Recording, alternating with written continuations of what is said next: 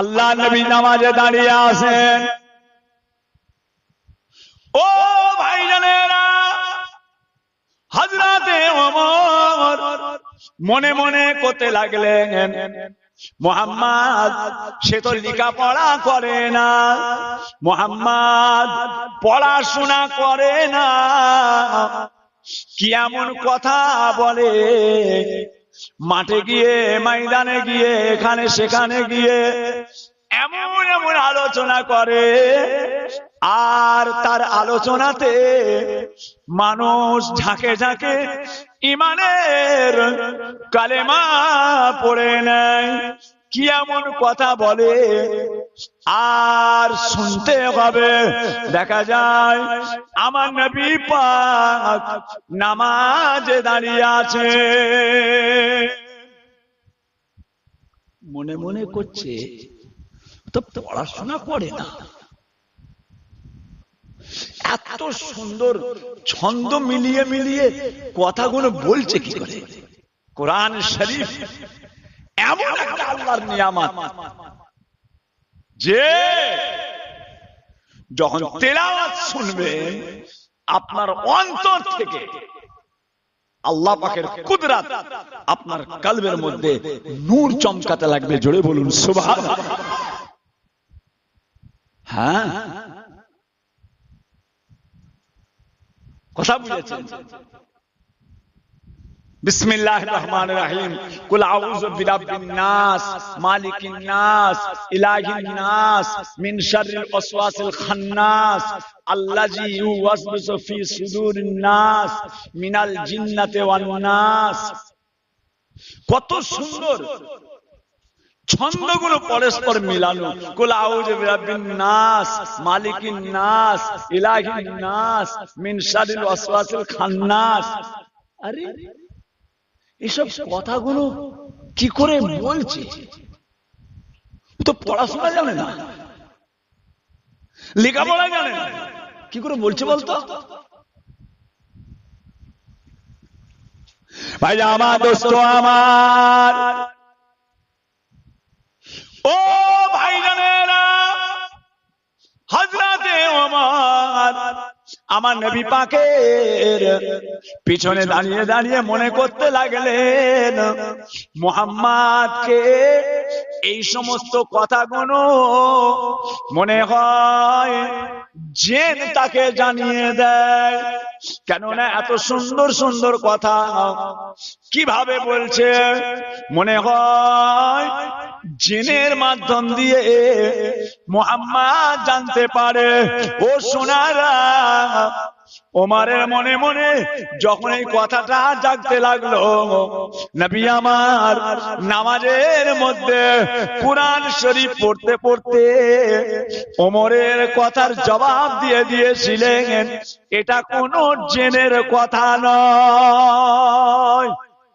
আরে যেটা ভাবলাম সেটা আবার বলে দিলে নামাজে দাঁড়িয়ে। এবারে মনে মনে করছে, মনে হয় মুহাম্মদকে কোন কবি তারা এইসব কথাগুলো শিখিয়ে দেয়। হযরতে ওমর নবী পাকের পিছনে দাঁড়িয়ে দাঁড়িয়ে মনে মনে করছে, মনে হয় কোন কবি মুহাম্মদকে এগুলো শিখিয়ে দেয়। বলার সঙ্গে সঙ্গে আল্লাহ নবী নামাজের মধ্যে দাঁড়িয়ে বলেছিলেন, না না, কোরআনের মাধ্যম দিয়ে জানিয়েছিলেন, এটা কোনো কবির কথা নয়। আরে জিনের কথা ভাবলাম, বলে দিল জিনের কথা নয়। কবির কথা ভাবলাম, বলে দিচ্ছে কোনো কবির কথা নয়। তাহলে কি ব্যাপার? মুহাম্মদ কি গণকার হয়ে গেছে নাকি? বলুন নাউজুবিল্লাহ। নিজের কথা কোনো বলছে কি? আমি মনে মনে পিছনে ভাবছি, আর মুহাম্মদ নামাজের মধ্যে ওই আয়াতগুলোই পড়ছে, ওই আয়াতগুলোই পড়ছে। এ মনে হচ্ছে গণকার, গণকার হয়ে গেছে, বলতেছে জাদুঘর হয়ে গেছে। নাউজুবিল্লাহ। মনে মনে যখন ভাবলেন মুহাম্মদ কোন গণকার হয়ে গিয়েছে, ও সোনার মানিকেরা, আমার নবী পাক ওই সময় নামাজের ভিতরে জবাব দিয়ে দিয়েছিলেন, এটা কোন গণকারের কথা নয়। ও সোনার চাঁদেরা, এই কথাটা হলো স্বয়ং আমার আল্লাহ পাকের কথা।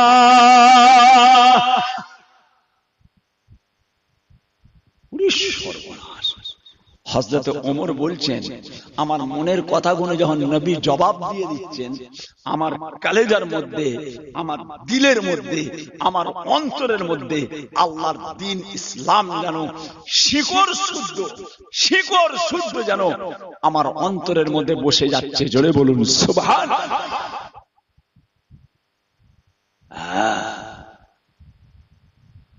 ছেলে খেলা কথা নয়, আল্লাহর দ্বীন ইসলাম। ধন্য হয়েছে মোরা ধন্য, ওগো বিশ্ব নবী তোমারই জন্য। যে মনে করবেন না যে সব একই জিনিস, না। ইহুদি নাসারা খ্রিস্টান গায়ের কম বেঈমান মুশরিক অত সহজ নয়, অতটা সহজ নয়। আল্লাহ পাকের দান, আল্লাহ পাকের দান, আল্লাহর দ্বীন ইসলাম। আল্লাহ পাকের কোটি কোটি শুকর, আল্লাহ পাক আমাদের মুসলমান করেছেন, আল্লাহর দ্বীনের উপরে আল্লাহ কায়েম রাখেন। বলুন আমিন। জি হ্যাঁ ভাইজান আমার, দোস্ত আমার, ও ভাইজানেরা, সোনার চাঁদেরা, আল্লাহ তাআলার আখিরাতের নিয়ামত পেতে গেলে, আল্লাহ পাকের আখিরাতের নিয়ামত পেতে গেলে বাবাজিরা, দুনিয়ার জমিনে যতটা পারা যায় আল্লাহর ইবাদতে মশগুল হয়ে যান। ও সোনারা, আল্লাহ পাক তার পাক কালামুল্লাহ শরীফ, কোরআন শরীফের মধ্যে আমার আল্লাহ পাক ইরশাদ করতে লাগলেন, বিসমিল্লাহির রহমানির রহিম, আপা হাসিবতুম আন্নামা খালাকনাকুম আবাসাও ওয়া আন্নাকুম ইলাইনা লা তুরজাউন। আমার আল্লাহ পাক বলেন, আয় আমার বান্দাগণেরা, তোমরা কি মনে করেছো আমি আল্লাহ তাআলা তোমাদের বেকার খালি খামাখাই তৈরি করেছি? তোমরা কি আমি আল্লাহ আমার কাছে আর ফিরে আসবে না? আমি কি তোমাদের বেকার বানিয়েছি খালি খামাখাই? অত সহজ নয় বাপ। সোনার চাঁদ, সোনার মানিক আল্লাহ পাক আমাদের প্রত্যেককে আল্লাহ তাআলার দ্বীন ইসলামের মধ্যে থেকে যতটা পারা যায় বেশি বেশি আল্লাহ পাকের ইবাদত, বন্দেগী, তিলাওয়াত বেশি বেশি করার তৌফিক দেন। বলুন আল্লাহুম্মা আমিন। আরো জোরে বলেন আল্লাহুম্মা আমিন। এই দুনিয়া আমাদের চিরকালের জায়গা নয়, চিরদিনের জায়গা নয়। যে আজকে আপনাদের পাড়ায় এসে মনটা খুব খুশি হয়ে গেল আপনাদের কবরস্থানের দেওয়ালটা দেখে। প্রত্যেকবারে বলে যেতাম, কচি দেওয়ালটা একটু ঠিকঠাক করে লক্ষ্য রাখো। আহা, কথা বুঝেছেন না? তবে দেওয়ালটা কিন্তু খুব বেশি উঁচু হয়ে গেছে, উঁচুটা একটু বেশি হয়ে গেছে, কবরগুলো যেন দেখা যায়। এটা করে ফেলেছে, কবর দেখার কোনো লাইন নেই। কবর দেখা যাবে মনে হচ্ছে, কবরটা যেন দেখা যায়, যে দেখলেও একটু স্মরণ হবে। এটা পুরো পাঁচিল দিয়ে পুরো একদম সেপটে দিয়েছে, পাঁচিল দিয়েছে, তবে কিন্তু একটু উঁচু হয়ে গেছে। যাক বাবাজিরা, চিরকালের জায়গা, চিরদিনের জায়গা। আল্লাহ পাক হায়াতে রেখেছেন, আল্লাহ পাক জ্যান্ত রেখেছেন বাবা, যে আল্লাহ তাআলার হুকুমের অপেক্ষা, আল্লাহ পাকের হুকুমের অপেক্ষা। কোনখানকারের মাটি, কোথাকারের কাফন, কোথাকারের বাঁশ সব রেডি হয়ে আছে, দুধদার ঝাড়া আরম্ভ হয়ে যাবে, দুধদার ঝাড়া আরম্ভ হয়ে যাবে। যে বাবাজি, মায়েরা, বোনেরা, বেটিরা, একটুখানি আমল, একটুখানি ইবাদত, আল্লাহ তাআলার কাছে নাজাতের জন্য সব লাইন ঠিক আছে,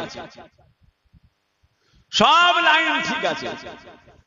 এবারে একটু কামিয়াবি করে নামাজ, রোজা, তাসবিহ, তেলাওয়াত, দান, খায়রাত, মুরাকাবা, মুশাহিদা, জায়েজ নাজায়েজ, হালাল হারাম, পাক নাপাক, যে একটু বুঝে,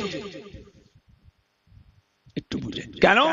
আল্লাহ পাক আপনাকে আমাকে মুসলমান করেছেন। যে আমরা যে মুসলমান, আমাদের ওই বলে গেলে যতদিন চলে নয়, আমাদের আখিরাতে একটা রাস্তা আছে, আছে। কথা বুঝেছেন? মনে করবেন না যে সব একই রকম, না, অত সহজ নয়, অত সহজ নয়। ভাইয়া আমার, দোস্ত আমার, ও সোনার চাঁদেরা, সোনার মানিকেরা, হযরতে মুহাত্তিব ইবনে কিয়াব রাদিয়াল্লাহু তাআলা আনহু রাস্তা দিয়ে হেঁটে হেঁটে চলে যান। পথের মাঝখানে দেখতে পেলেন একটা বিরাট বড় কবরস্থান, বিরাট বড় কবর, বিরাট এলাকা। ও ভাইজানেরা, সোনার চাঁদেরা, হযরতে মুহাত্তিব ইবনে কিয়াব হুজুর আমার কবরস্থানের গা দিয়ে চলে যাচ্ছেন। এমন সময় দেখতে পেলেন আমরা যেরকম বসে আছি, আমরা যেরকম ভাবে বসে আছি, একজনা মানুষ একটা কবরের মাঝখানটায় বসে আছে, কবরের মাঝখানে। হযরতে মুহাত্তিব ইবনে কিয়াব রাদিয়াল্লাহু তাআলা রাস্তায়, এ ভাই কোথা বসেছেন? কোথা বসে আছেন? দেখেন ওটা যে কবর। পৃথিবীতে এত জায়গা থাকতে, পৃথিবীতে এত জায়গা থাকতে আপনি কবরে বসে আছেন, আপনার এটা মানালো? ওটা কবর। যে বলার সঙ্গে সঙ্গে ও ভাইরানেরা, হযরতে মুহাত্তিব ইবনে কিয়াব রাদিয়াল্লাহু তাআলা আনহুকে ওই কবরের উপরে বসে থাকা মানুষটা হুজুরকে ডাকতে লাগলেন, ভাই একটু আপনি আমার কাছে আগিয়ে আসুন, একটু আমার দিকে আগিয়ে আসেন। হযরতে মুহাত্তিব ইবনে কিয়াব কবরটার দিকে আগিয়ে গেলেন।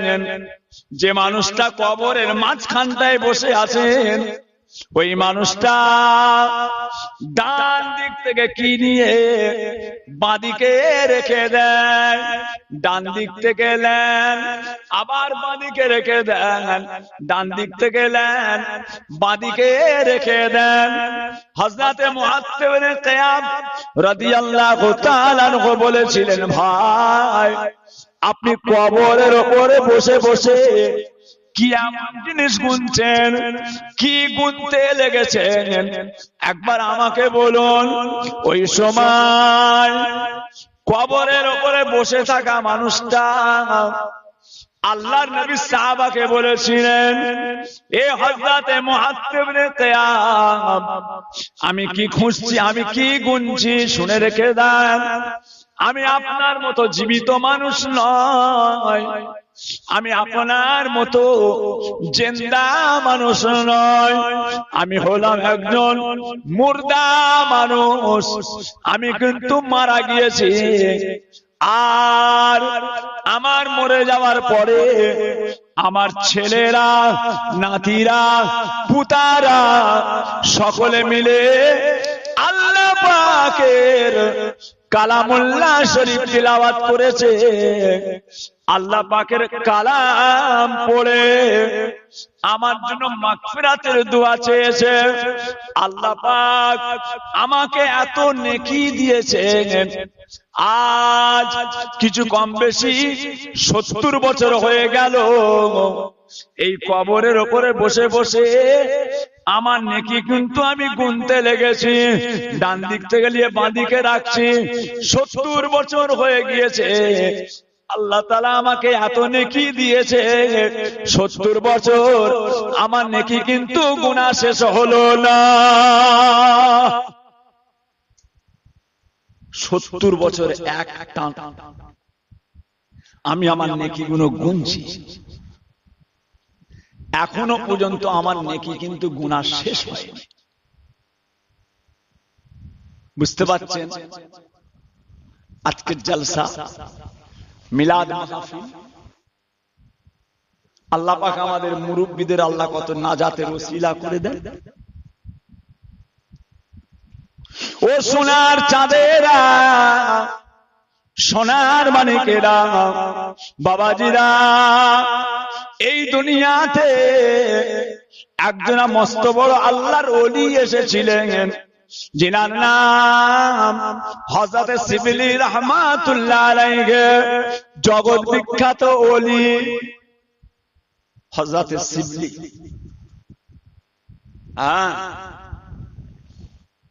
আল্লাহর ওলি ছিলেন। হযরত জুনায়েদ বাগদাদি, হযরত ইব্রাহিম আদহাম, হযরত ইব্রাহিম আদহাম, হযরত জুনায়েদ বাগদাদি, হযরত মাসুম রব্বানি, বড় বড় আল্লাহর ওলি। জি হ্যাঁ, হযরত জন্নুন মিসরি রহমাতুল্লাহ আলাইহি, হযরত জন্নুন মিসরি জগৎ বিখ্যাত ওলি। ইনার নাম হযরত শিবলি রহমাতুল্লাহ আলাইহি। রাস্তা দিয়ে হেঁটে হেঁটে যাচ্ছেন, আল্লাহ পাক দেখালেন একটা কবরে আযাব হচ্ছে।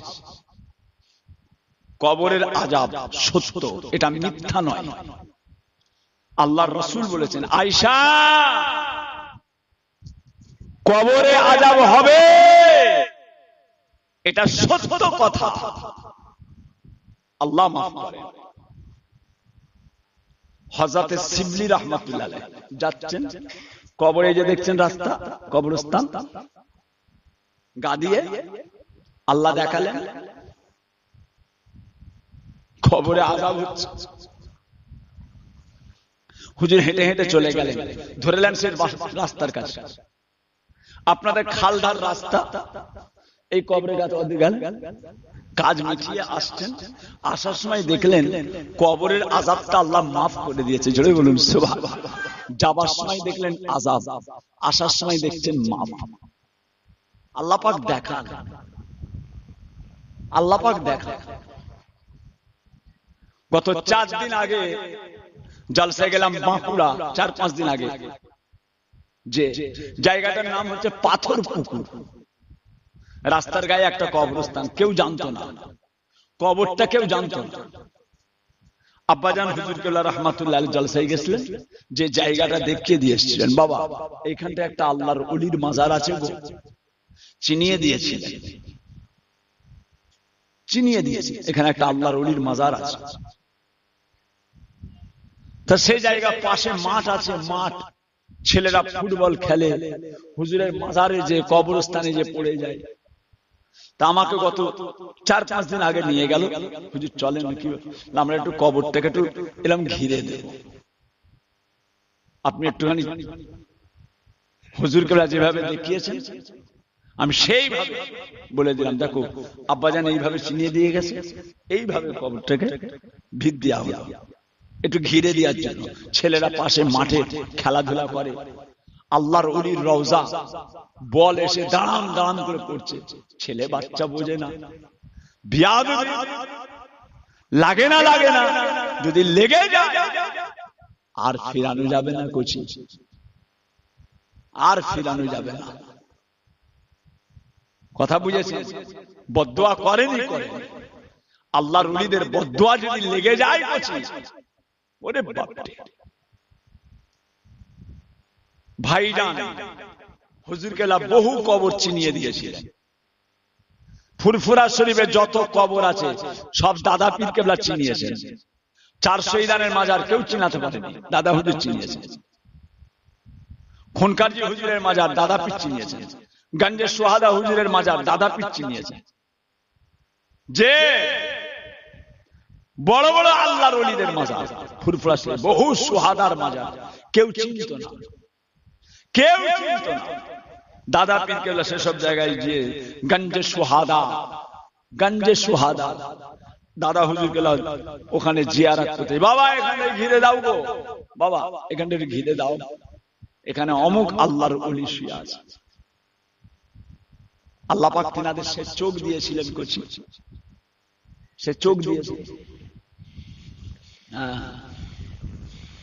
ইত্তাকু ফিরাসাতাল মুমিন ফাইন্নাহু ইয়ানজুরু বিনুরিল্লাহ।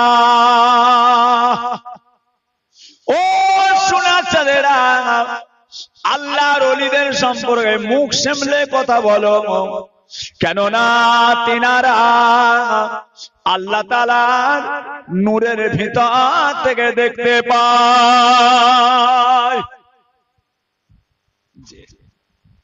এবারে লাইলাতুল কদর 27 না 29 রাতে, 21 রাত, 23 রাত, 25 রাত, 27 রাত, 29 রাত দাদা পীরের মাজারটা জিয়ারত করতে গেলাম।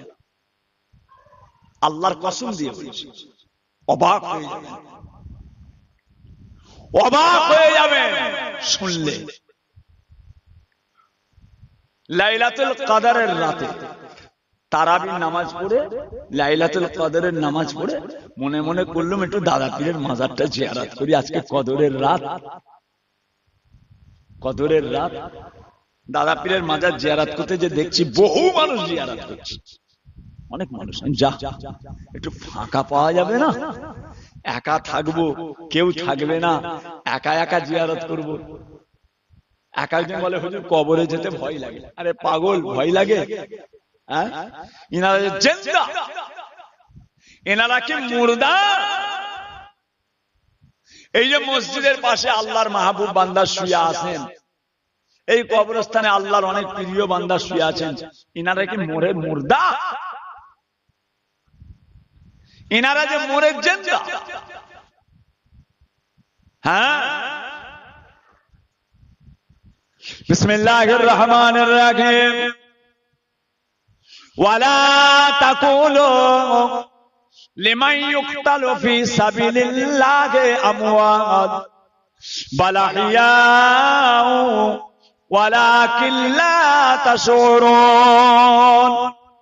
যারা নাকি ফি সাবিলিল্লাহ, আল্লাহর রাস্তায় জিহাদ করতে যে শহীদ হয়ে গিয়েছে, বান্দা তোমরা তাদের মরা মনে করো না, তেনারা হলেন মরে জিন্দা।